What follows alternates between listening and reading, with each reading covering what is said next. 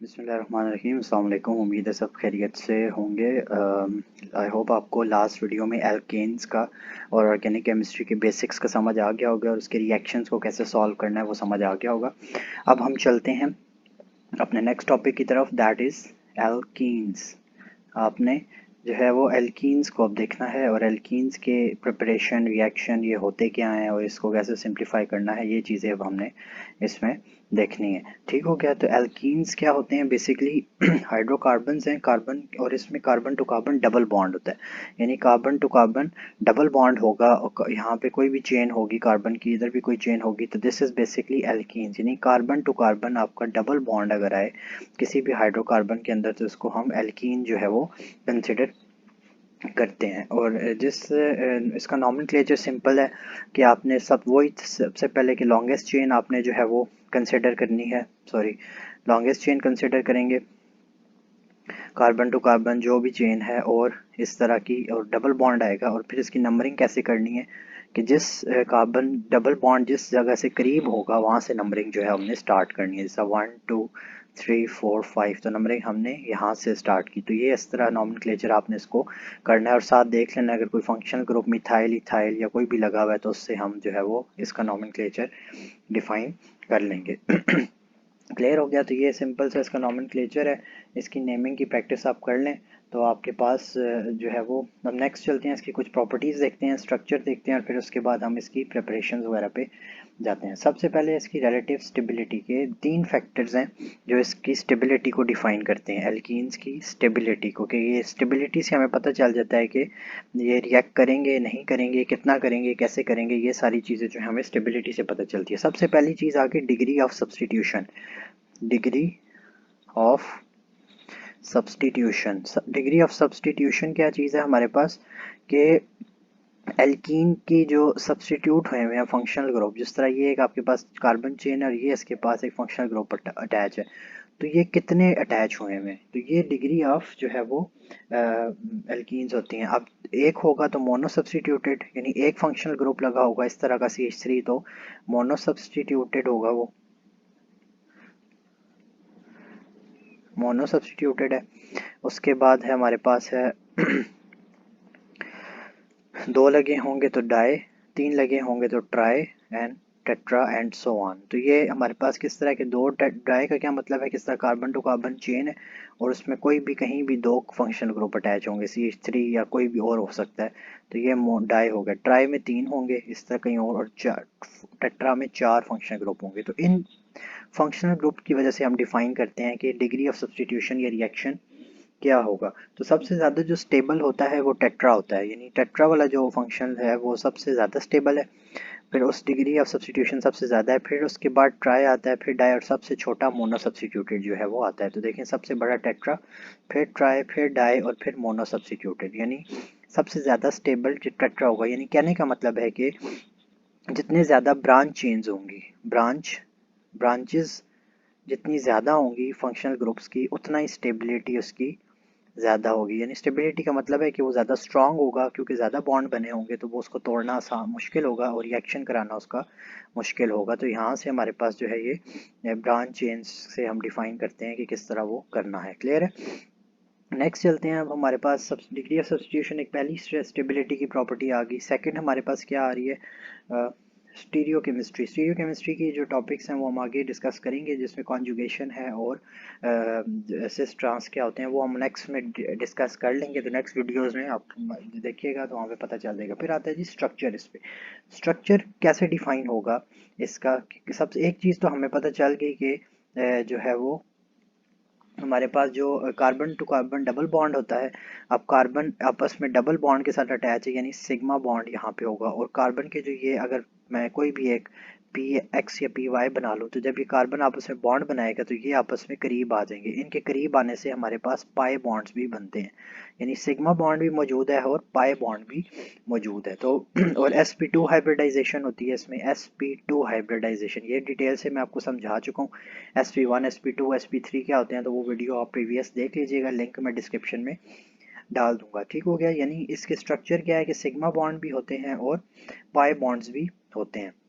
फिर इसका carbon to carbon जो डिस्टेंस होता है बॉन्ड का वो 1.3 डिस्टेंस 1.34 एंगस्ट्रॉम होता है। एंगस्ट्रॉम यानी 10⁻⁻10 मीटर। इसको जो है ए नॉट से रिप्रेजेंट करते हैं, इसको कहते हैं एंगस्ट्रॉम, ये यूनिट है लेंथ का।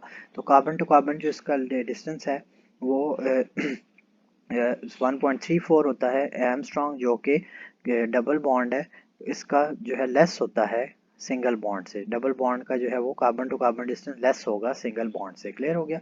फिर ये कोप्लेनर होते हैं, यानी एक ही प्लेन के अंदर ये इनका स्ट्रक्चर होता है। कोप्लेनर जो है इनका स्ट्रक्चर पाया जाता है। तो this is your basic structure. sp2 hybridized होते हैं, carbon to carbon double bond होता है, सिग्मा और पाई बॉन्ड्स पाए जाते हैं। फिर बॉन्ड लेंथ कितनी होती है, ये सारी चीज़ें हमारे पास इसके स्ट्रक्चर में आ गई। अब इसके मेन टॉपिक पे चलते हैं, दैट इज प्रिपरेशन। तो प्रिपरेशन में how to prepare the alkenes, इसमें केमिकल रिएक्शंस हैं, इसको आपने अंडरस्टैंड करना है। सबसे पहला आपके पास आ जाता है एल्कीन्स को प्रिपेयर करने का डिहाइड्रेशन ऑफ एल्कोहल्स। मैंने आपको पहले भी बताया था कि अगर आप नाम को गौर से पर समझेंगे, डिहाइड्रेशन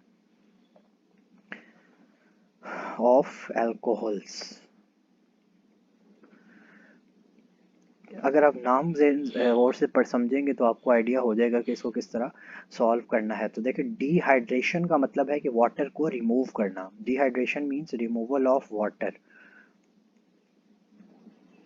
तो और अल्कोहल्स, अल्कोहल आपके पास फंक्शनल ग्रुप होगा, उसके अंदर से वाटर को रिमूव करेंगे तो that is your preparation of alcohol. ठीक हो गया। तो सिंपल मैं इसका जो है वो मैकेनिज्म देता हूँ आपको रिएक्शन का। एक कार्बन टू कार्बन चेन है, आर कोई भी चेन हो सकती है, CH2 फिर CH2 एंड OH।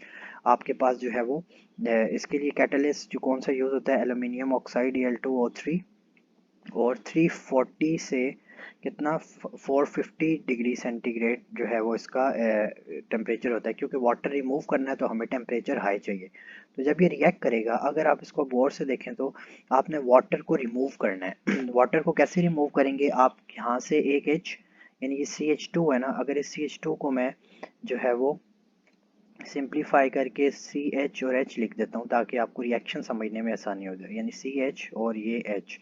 अब आपने वाटर रिमूव करना है, तो वाटर रिमूव होगा तो ये OH और ये H यानी H2O आपका निकल गया। तो यहाँ से H2O आपने निकाल दिया। अब पीछे क्या बचा आपके पास, देखें आपके पास ये जो बॉन्ड टूटा है यहाँ से कार्बन और हाइड्रोजन का, ये बॉन्ड जो है एक बच गया, तो वो कार्बन आपस में डबल बॉन्डिंग बना लेंगे। तो ये क्या बन जाएगा, RCH2 डबल बॉन्ड CH। तो ये आपके पास पीछे जो है वो प्रोडक्ट बच गया। अब देखें इसमें डबल बॉन्ड आ रहा है, तो ये आपके पास एल्कीन जो है वो बन गया है। तो this is your alkene. Clear हो गया। ये आपके पास है प्राइमरी अल्कोहल का। प्राइमरी अल्कोहल का मतलब होता है कि OH ग्रुप उस कार्बन के साथ अटैच हो जो सिर्फ एक कार्बन के साथ अटैच हो, तो उसे प्राइमरी अल्कोहल कहते हैं। देखें ये प्राइमरी इस तरह C और यहाँ पे OH। अब ये OH उस कार्बन के साथ अटैच जिसके साथ एक कार्बन लगा होगा, तो इसे प्राइमरी बोलेंगे। इधर एक और कार्बन आ जाए तो ये सेकेंडरी हो जाएगा, क्योंकि ये अब देखें ये जिस OH कार्बन के साथ जो है लगा हुआ है, ये OH ये कार्बन इससे भी अटैच है और इधर से भी अटैच है, तो ये OH इसको सेकेंडरी बोल देंगे। और टर्शरी का मतलब है कि यहाँ पे एक और कार्बन आ जाएगा, तो वो कार्बन जिसके साथ OH अटैच है वो 3 मजीद कार्बन से अटैच हो तो उसे टर्शरी बोलेंगे। तो ये सबसे पहले आपके पास प्राइमरी अल्कोहल था।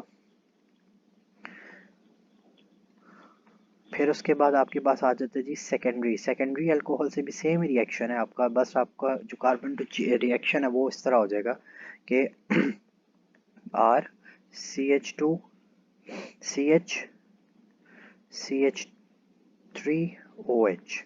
अब देखें ये जिस OH किस कार्बन के साथ अटैच है वो 2 कार्बन के साथ मजीद अटैच है, तो ये इस तरह इसे सेकेंडरी बोलेंगे। ठीक हो गया। अब इसको भी सेम उसी तरह रिएक्ट कराना है। इसमें आप क्या आपने लेना है 75% H2SO4 आपके पास कैटलिस्ट है, और 140 से 170 डिग्री सेंटीग्रेड इसका टेम्परेचर जो है वो आ रहा है। ठीक हो गया। तो अब जब इस कैटेगरी में हम इसको रिएक्शन करवाएंगे तो वही चीज़ आ गई कि आपके पास जो है H2O आपने रिमूव करना है। H2O रिमूव करेंगे तो एक OH ये वाला, और यहाँ से एक H जब निकलेगा तो यहाँ पे H2 बच जाएगा। क्लियर हो गया। तो ये H2O हमारा निकल गया। पीछे क्या बच गया हमारे पास, RCH2 और साथ CH और यहाँ से एक H निकला था तो ये भी डबल बॉन्ड CH2 बना देगा। क्लियर हो गया। तो ये आपके पास जो है वो एल्कीन बन गया। इसी तरह टर्शरी से भी आपने इसी तरह रिएक्शन कराना है। सेकंड और थर्ड हमारे पास क्या है, टर्शरी। टर्शियरी अल्कोहल से कैसे प्रिपरेशन होगी इसकी, टर्शियरी अल्कोहल वो कार्बन जिसके साथ OH अटैच हो और वो फर्दर 3 कार्बन के साथ अटैच हो, तो दैट इज टर्शियरी। तो ये देखें CH3, CH3 और CH3 अब इस केस में 20% H2SO4 यूज़ हो रहा है। H2SO4 जो है ना, इसको ड्राइंग एजेंट भी बोलते हैं, इसलिए मोस्टली जो आपके पास रिएक्शंस होंगे ना जिसमें ऑर्गेनिक केमिस्ट्री में जिसके अंदर आपको वाटर को रिमूव करना है, डिहाइड्रेशन करनी है, तो उसमें ज़्यादातर कैटलिस्ट जो है वो H2SO4 यूज़ होता है, क्योंकि ये ड्राई करता है, ड्राइंग एजेंट होता है, इसको मॉइस्चर को या वाटर को रिमूव करता है। ठीक हो गया। H2SO4 और 140 से 170 डिग्री सेंटीग्रेड इसका टेम्परेचर। अगेन आपने वाटर को रिमूव करना है। यहाँ से CH3 है, आपने एक का हाइड्रोजन निकाला यहाँ से, तो वो इधर इसके साथ मिल के जो है आप वो वाटर बन जाएगा, H2O बन गया। पीछे क्या बच गया आपके पास कार्बन, और जहाँ से एक हाइड्रोजन का बॉन्ड टूटा था वो आपस में डबल कार्बन के साथ बना लेगा, तो ये CH2 डबल बॉन्ड हो गया। क्लियर हो गया। और ये CH3 और यहाँ पे भी आपके पास क्या आ जाएगा, CH3।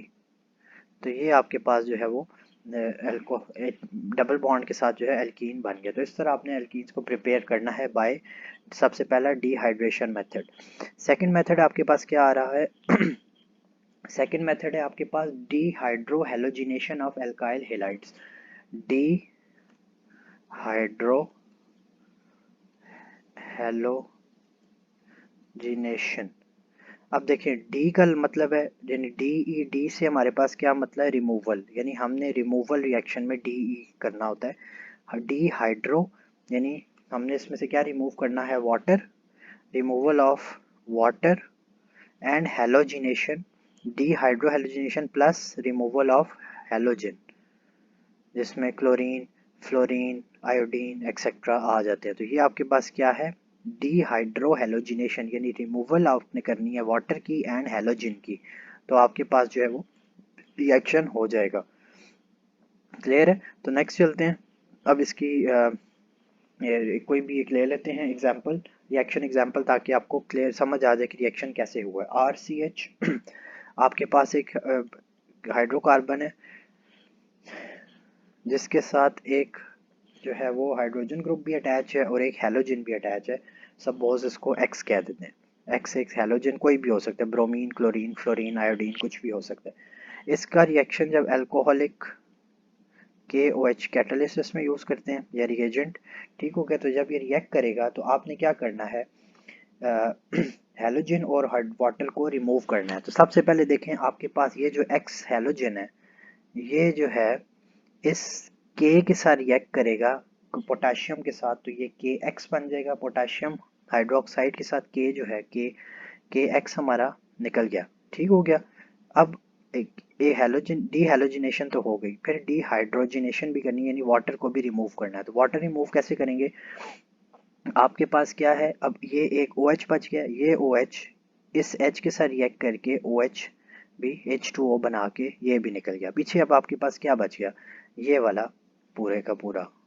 ठीक हो गया, RCH एंड C। अब दो बॉन्ड टूटे हैं ये वाला बॉन्ड भी टूटा है, ये वाला, तो ये यहाँ पे डबल बॉन्ड जो है वो बना लेंगे, तो RCH डबल बॉन्ड CH2 बना के ये हमारे पास सिंपल रिएक्शन कंप्लीट हो जाएगा। आई होप आपको समझ आ गया होगा। नेक्स्ट देखते हैं इसकी CH2, ताकि आपको आइडिया हो जाए। फिर CH2 एंड इधर H लगा हुआ है हाइड्रोजन, और इधर कोई भी हेलोजन ब्रोमीन लगा हुआ है। ठीक हो गया, ये रिएक्शन रिएक्टेंट है। अब इसका अल्कोहलिक KOH के साथ reaction as a reagent use करके इसका रिएक्शन करवाया, तो वही चीज़। अब देखें आपको हेलोजन भी रिमूव करना है और वाटर भी रिमूव करना है। तो हेलोजन, ये K हेलोजन के साथ रिएक्ट करके KBr ये अलग हो गया, ये OH इस H के साथ मिला और H2O भी अलग हो गया। तो पीछे आपके पास ये दो बच गए। ठीक हो गया। तो ये दो कैसे हम लिख देंगे, दो बॉन्ड टूटे तो CH2 डबल बॉन्ड CH2 आपके पास जो है एल्कीन आ गया। क्लियर हो गया। तो इस तरह आपने प्रिपेयर करने हैं एल्कीन को, जो इथीन बन गया। इसी तरह अगर जितनी कार्बन की चेन लंबी होगी तो प्रोपीन ब्यूटीन इस तरह आपके बन जाएंगे। तो ये सिंपल प्रिपरेशन मेथड था अल्काइल हैलाइड्स को प्रिपेयर करने का, सॉरी इथीन को प्रिपेयर करने का। नेक्स्ट हमारे पास आ गया रिएक्टिविटी ऑफ एल्कीन। रिएक्टिविटी यानी इसके डिफरेंट रिएक्शंस हम देखेंगे और उनको किस तरह करना है वो हम लेके चलेंगे। तो रिएक्टिविटी में सबसे पहले आप देखें आपके पास बॉन्डिंग कौन सी है। एल्कीन के अंदर इथीन जो है आपके पास सिग्मा बॉन्ड्स भी होते हैं और पाई बॉन्ड्स भी होते हैं। अब सिग्मा और पाई बॉन्ड जो है वो क्या है, पाई बॉन्ड होने की वजह से ये वीक होता है सिग्मा से, this is weaker bond, weaker bond होता है सिग्मा से, और ये स्ट्रांग होता है। तो इसके वीक होने की वजह से इसका रिएक्शन जो है वो जल्दी हो जाता है, यानी आपको लेस एनर्जी रिक्वायर्ड होगी इसको रिएक्शन कराने के लिए। यानी एल्कीन्स का रिएक्शन जो होता है उसके लिए लेस एनर्जी रिक्वायर्ड होती है क्योंकि इसमें पाई बॉन्ड होता है और पाई बॉन्ड जो है वो वीक होता है, इस वजह से ये इजीली टूट जाता है और नया प्रोडक्ट जो है आपका बना देता है। तो सबसे पहले डिफरेंट इसके रिएक्शंस हैं। सबसे पहले आपके पास आ गया हाइड्रोजिनेशन रिएक्शन। सबसे पहला आपके पास है हाइड्रोजिनेशन। हाइड्रोजिनेशन रिएक्शन, हाइड्रोजिनेशन में आपने क्या करना है, हाइड्रोजिनेशन रिएक्शन में एडिशन ऑफ हाइड्रोजन होता है, एडिशन ऑफ हाइड्रोजन। हाइड्रोजन को आपने ऐड करना है रिएक्शन के एल्कीन के अंदर, तो आपका जो है हाइड्रोजिनेशन रिएक्शन आ जाता है। तो ये काफ़ी एक्सोथर्मिक रिएक्शन है, एक्सोथर्मिक है, हीट इसमें से काफ़ी निकलती है और इस हीट को कहते हैं heat of hydrogenation, heat of hydrogenation, इसको बोला जाता है हीट ऑफ हाइड्रोजिनेशन। क्लियर हो गया, क्योंकि ये एक्सोथर्मिक है, काफ़ी जो हीट इसमें से इन्वॉल्व होती है और तकरीबन इसकी जो है वो 120 किलो जूल पर मोल जो है वो एनर्जी रिलीज होती है, 120 किलो जूल्स पर मोल एनर्जी इसकी रिक्वायर्ड होती है। और इसके अंदर जो है आपको कैटलिस्ट यूज़ करने पड़ते हैं। कैटलिस्ट आपके पास कौन कौन से हो सकते हैं, इसमें प्लैटिनम है, निकल है, या निकल एलुमिनियम एलॉय वगैरह यूज़ किया जाता है जिसको रेने निकल बोलते हैं। निकल और एलुमिनियम का एलॉय जो होता है उसको रेने निकल जो है वो बोलते हैं, ये एज अ कैटलिस्ट यूज़ होता है। क्लियर है। अब नेक्स्ट देखते हैं इसकी प्रिपरेशन है, सब रिएक्शन स्टार्ट करते हैं। सबसे पहले हमारे पास क्या होगा कि आपने निकल को प्रिपेयर करना है। सबसे पहले जो निकल रेने निकल है इसको प्रिपेयर कर देते हैं, एलुमिनियम निकल और एलुमिनियम जो है इसमें से निकल हमें चाहिए, तो इसका सोडियम हाइड्रोक्साइड के साथ रिएक्शन कराया जाता है प्लस वाटर के साथ। ठीक हो गया, तो इससे हमारे पास जो प्रोडक्ट बनता है निकल अलग हो जाता है, निकल अलग हो गया। अब ये एलुमिनियम है, ये इसके साथ रिएक्ट कर देगा तो NaAlOH बन जाएगा, सोडियम एलुमिनियम ऑक्साइड आपके पास जो है बन जाता है, दैट इज सोडियम सोडियम निकल sodium aluminium oxide O2। Clear हो गया। अब आपके पास देखें यहाँ पे आपके पास टोटल कितने ऑक्सीजन थे, एक ये और एक ये, दो ऑक्सीजन और वो O2 इधर आ गए। पीछे क्या बच गया आपके पास, हाइड्रोजन, कितने बच गए, दो ये और एक ये, थ्री हाइड्रोजन आपके पास बच गए। तो आपके पास जो है ये आ जाएगा 3/2H2। तो इस तरह आपकी जो है 3 जो है वो रिएक्शन में, क्योंकि डायरेक्ट आप 3H2 नहीं लिख सकते, तो 3/2 जब आप करेंगे तो ये 2 से कैंसिल होकर 3 हाइड्रोजन आपके पास आ जाएंगे। क्लियर हो गया। तो यहाँ से अब हमें निकल जो है वो मिल चुका है। अब इस निकल को इस्तेमाल करके हम रिएक्शन मेन जो है वो इथीन के साथ रिएक्ट करा देंगे। तो टर्शियरी इथीन लिए हमने C कार्बन CH3, यहाँ पे भी CH3 और यहाँ पे हाइड्रोजन। क्लियर हो गया। और फिर CH डबल बॉन्ड CH2। तो ये आप अगर आप इसकी नॉमेनक्लेचर देखें तो नॉमेनक्लेचर में 3 मिथाइल 1 ब्यूटीन आपके पास जो है ये बन रहा है, दिस इज 3 मिथाइल 1 ब्यूटीन।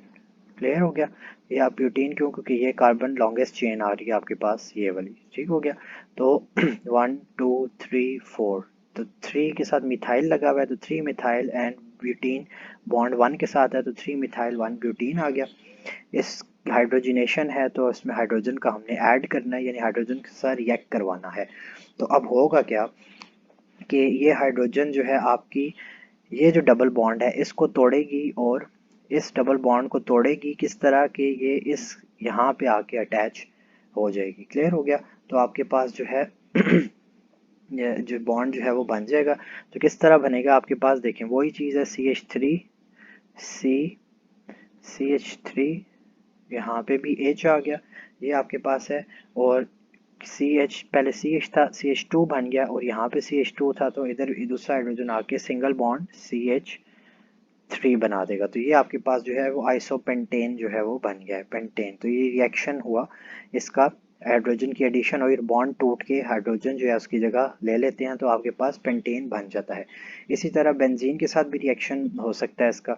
तो बेंजीन के साथ जो कार्बन टू कार्बन रिंग होता है उसके साथ भी जो है बॉन्ड बनेगा, प्लस एडिशन ऑफ हाइड्रोजन और निकल कैटलिस्ट ले लिया, ठीक हो गया। तो ये निकल 3 हाइड्रोजन है, तो 3 डबल बॉन्ड है, तो तीनों की जगह ये ले लेगी, इसकी इसकी और इसकी जगह, तो वो सिंगल बॉन्ड में कन्वर्ट हो जाएंगे। ये इस तरह आपके पास जो बेंजीन रिंग बन जाएगा। क्लियर हो गया। तो ये साइक्लोहेक्सेन बन गया, साइक्लोहेक्सेन। तो ये आपके पास सिंपल रिएक्शन आ गया इथीन का, हाइड्रोजिनेशन रिएक्शन। ये काफ़ी इंडस्ट्रीज़ वगैरह में यूज़ होता है, वेजिटेबल घी वगैरह, घी मैन्युफैक्चर करने के लिए वेजिटेबल ऑयल से, तो इसमें हाइड्रोजिनेशन का प्रोसेस इस्तेमाल किया जाता है, सिंथेटिक मेथड है। सेकंड आपके पास मेथड क्या आ गया, हाइड्रो हेलोजिनेशन। सेकंड रिएक्शन है hydrohalogenation, hydrohalogenation reaction आ गया आपके पास।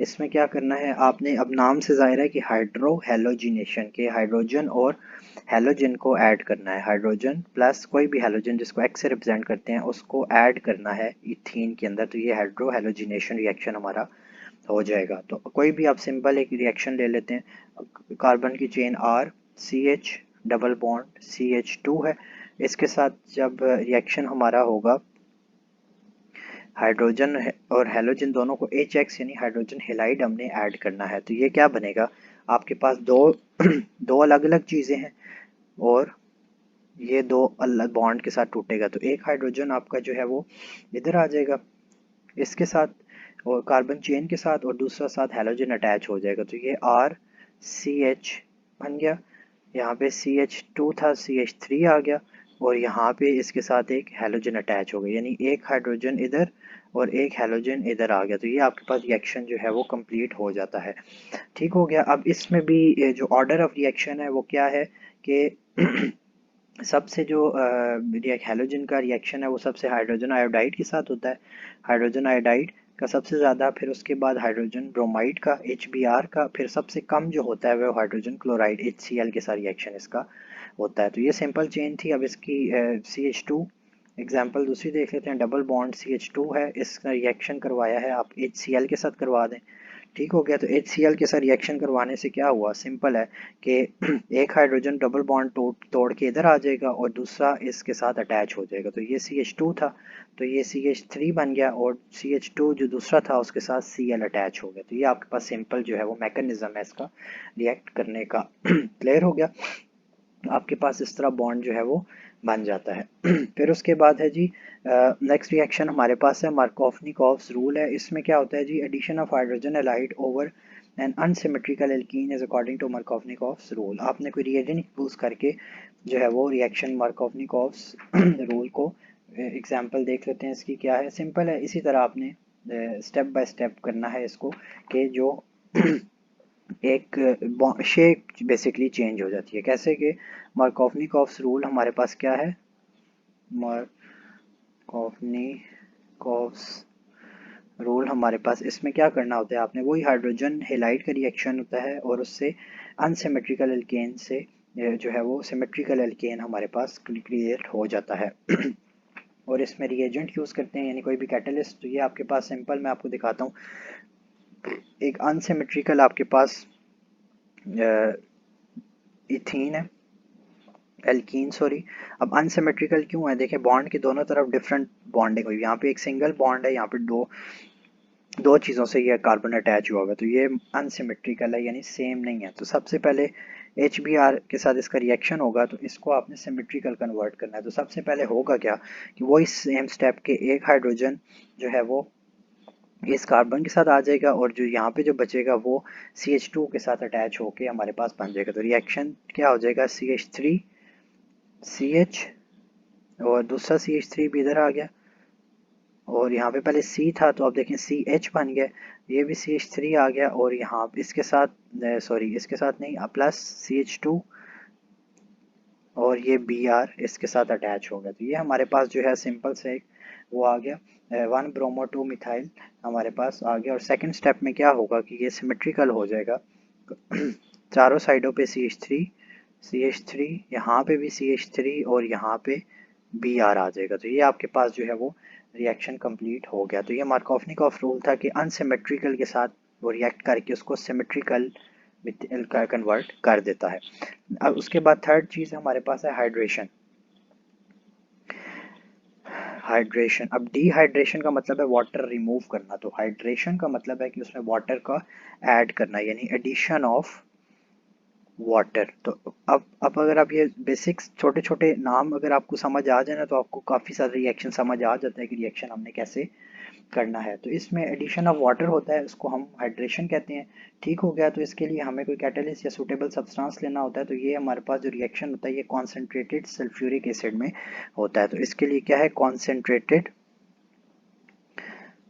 सल्फ्यूरिक एसिड H2SO4 के साथ इसका रिएक्शन जो है वो होगा। क्लियर हो गया। तो वो किस तरह होगा, हमारे पास अल्कोहल जो है वो बना देता है। तो कैसे करना है, वाटर के एडिशन से इससे हमारे पास जो है वो अल्कोहल बनेगा। तो कोई भी एक सिमेट्रिकल सिंपल सा एल्कीन ले लेते हैं, C2H4 ले लिया, उसके साथ हमने रिएक्शन कराया है H2SO4 का। H2SO4 का रिएक्शन हमने कैसे कराना है, तो जब रिएक्शन होगा हमारे पास तो क्या बनेगा, अब देखें आपके पास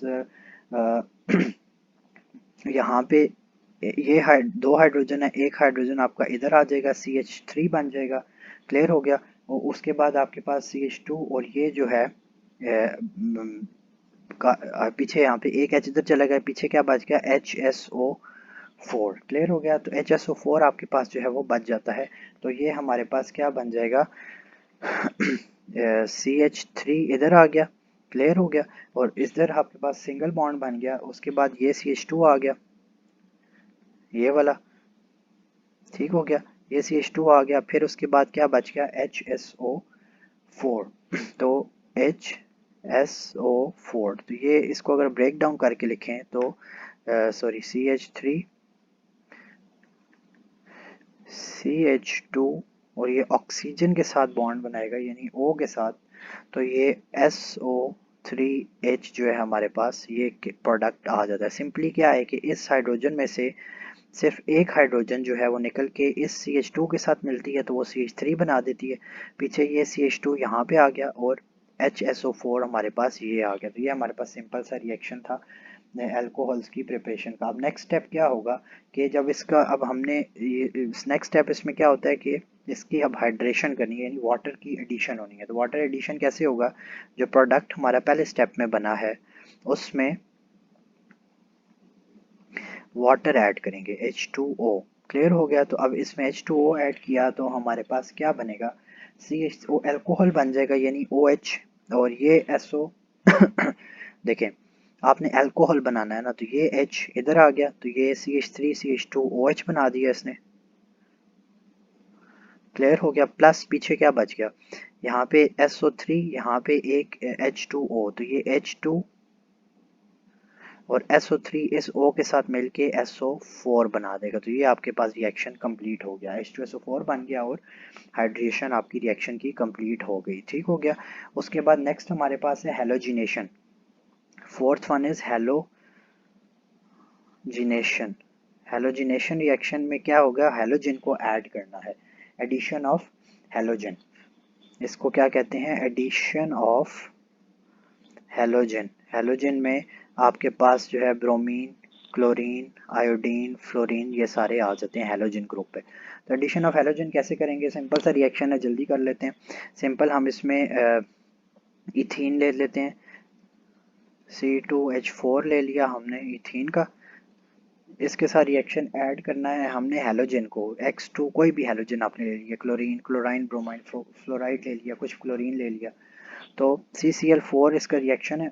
CCl4 का जो है रिएक्शन, इसमें कैटलिस्ट यूज़ हो रहा है कार्बन टेट्राक्लोराइड। तो अब ये होगा क्या कि दो बॉन्ड हैं तो दो एक्स हैं हमारे पास, यानी दो हैलोजन है, तो वो एक हैलोजन इस कार्बन के साथ और एक हैलोजन इस कार्बन के साथ आ जाएगा, तो हमारे पास रिएक्शन कंप्लीट हो जाएगा। तो C कार्बन दो हैं, यहाँ पे दो H, यहाँ पे भी दो H, CH4 C2H4 बन गया और एक X इधर एक X इधर। तो ये आपके पास जो है वो डाई हेलाइड आपके पास हेलोजिनेशन रिएक्शन हो गया। तो अगर अब क्लोरीन है तो यहाँ पे Cl हो जाएगा, इस जगह पे ब्रोमीन है तो Br हो जाएगा, फ्लोरीन है तो FF हो जाएगा। क्लियर हो गया? तो इस तरह आपने रिएक्शन को, बेसिक आपको समझ आ जाए तो आपको रिएक्शन क्लियर हो जाएगा। क्लियर है? उसके बाद आपके पास हेलो हाइड्रेशन है। नेक्स्ट रिएक्शन इज आपके पास halohydration. Fifth one is halohydration. अब नाम से जाहिर हो जाएगा हेलोजन और वाटर को ऐड करना है आपने हेलो हाइड्रेशन पे, यानी OH और HOX आपने एडिशन ऑफ HOX, यानी हाइड्रोजन भी ऑक्सीजन भी जैसे वाटर और साथ हेलोजन। तो ये HOX को क्या बोला जाता है? हाइपोहेलस जो है वो एसिड। ये this is hypohalous HALOUS हेलस acid. This is your hypohalous acid. इसके साथ ऐड करके आपने रिएक्शन को एल्कीन के साथ रिएक्शन कराना है। तो ये कुछ भी हो सकता है आपके पास, क्लोरीन ब्लोरीन ब्रोमाइड कुछ भी हो सकता है।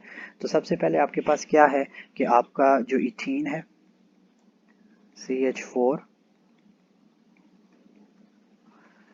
इसने रिएक्ट करना है हेलोजन के साथ प्लस वाटर के साथ, जिससे आपके पास HOX बनता है। तो H2 plus X2 plus H2O के साथ, यानी हाइड्रोजन और हेलोजन की एडिशन आपने करनी है वाटर और हेलोजन की। तो आपके पास क्या बनेगा? सिंपल है, देखें आपके पास दो एक्स हैं और वाटर है, तो ये कार्बन कार्बन बॉन्ड टूट जाएगा और एक के साथ एक्स आ जाएगा। एक एक्स जो है ये एक्स और एक्स अगर मैं अलग अलग लिखूं तो एक एक्स कार्बन के साथ आ जाएगा और एक यहाँ से हाइड्रोजन जो है वो कार्बन के साथ, सॉरी OH ग्रुप, यहाँ पे H और OH अगर मैं लिख दूं, एक एक्स आ गया कार्बन के साथ और एक OH ग्रुप आ गया दूसरे कार्बन के साथ। ठीक हो गया? तो पीछे क्या बच गया हमारे पास? ये C कार्बन के साथ दो हाइड्रोजन अपने उसके और एक के साथ हेलोजन और एक के साथ OH आ गया, HOX ऐड हो गया। पीछे क्या बच गया आपके पास? एक हेलोजन और एक H बच गया, तो ये HX आपका बन के अलग से हो जाएगा। क्लियर हो गया? तो ये सिंपल सा रिएक्शन है आपके पास हेलो हाइड्रेशन का। आई होप आपको ये समझ आ रहे होंगे रिएक्शंस।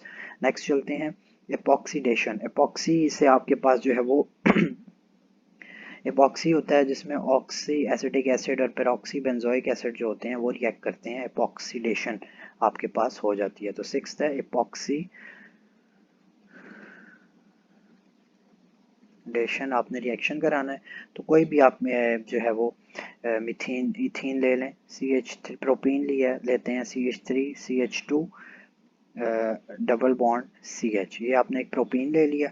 उसके साथ आपने एपॉक्सी का रिएक्शन कराना है। एपॉक्सी का फार्मूला क्या होता है? C6H5 फिर C double bond O and double OH।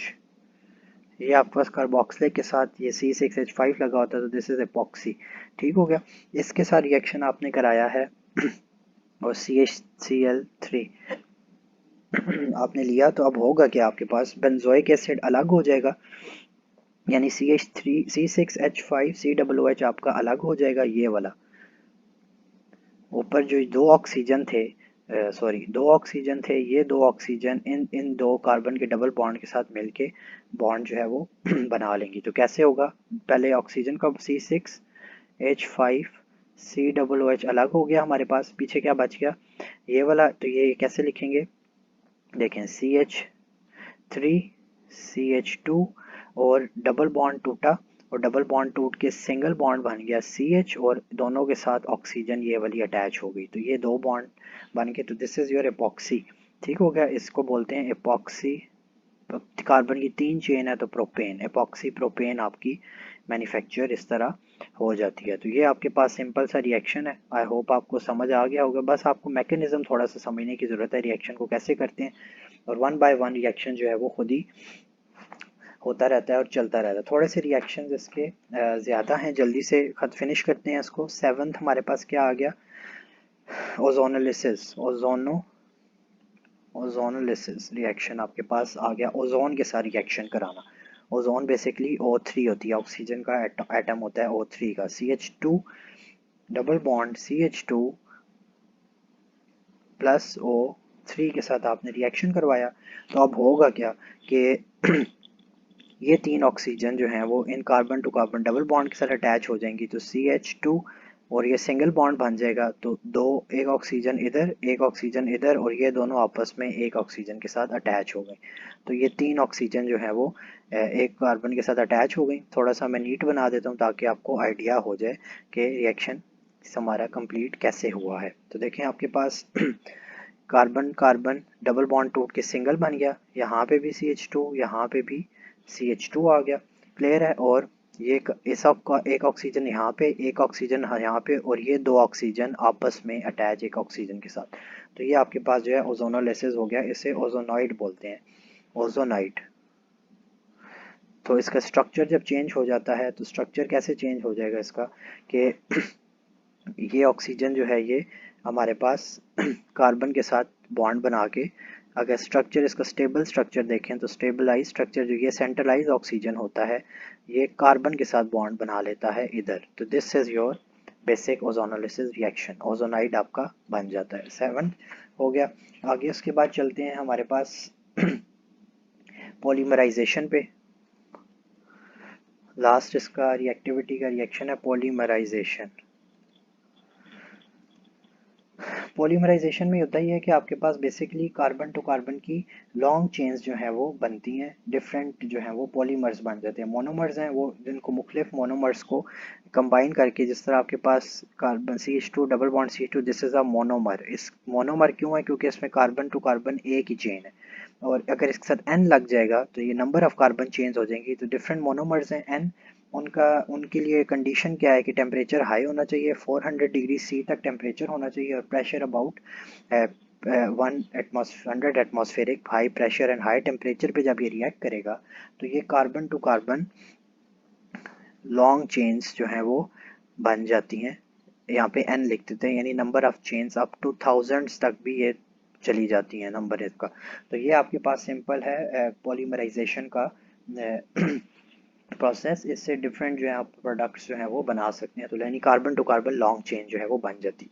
तो ये सिंपल आपके पास इथीन के रिएक्शन थे जो कि फेडरल बोर्ड की बुक में, और इसकी प्रिपरेशन के मेथड है। अब नेक्स्ट वीडियो में हम चलते हैं रावलपिंडी टेक्स्ट बोर्ड या जो पंजाब टेक्स्ट बोर्ड बुक है उसके रिएक्शंस कैसे होंगे, तो वो भी वीडियो आप देख लीजिएगा, आपको अंदाज़ा हो जाएगा। तो नेक्स्ट वीडियो में मिलते हैं। अल्लाह हाफिज़।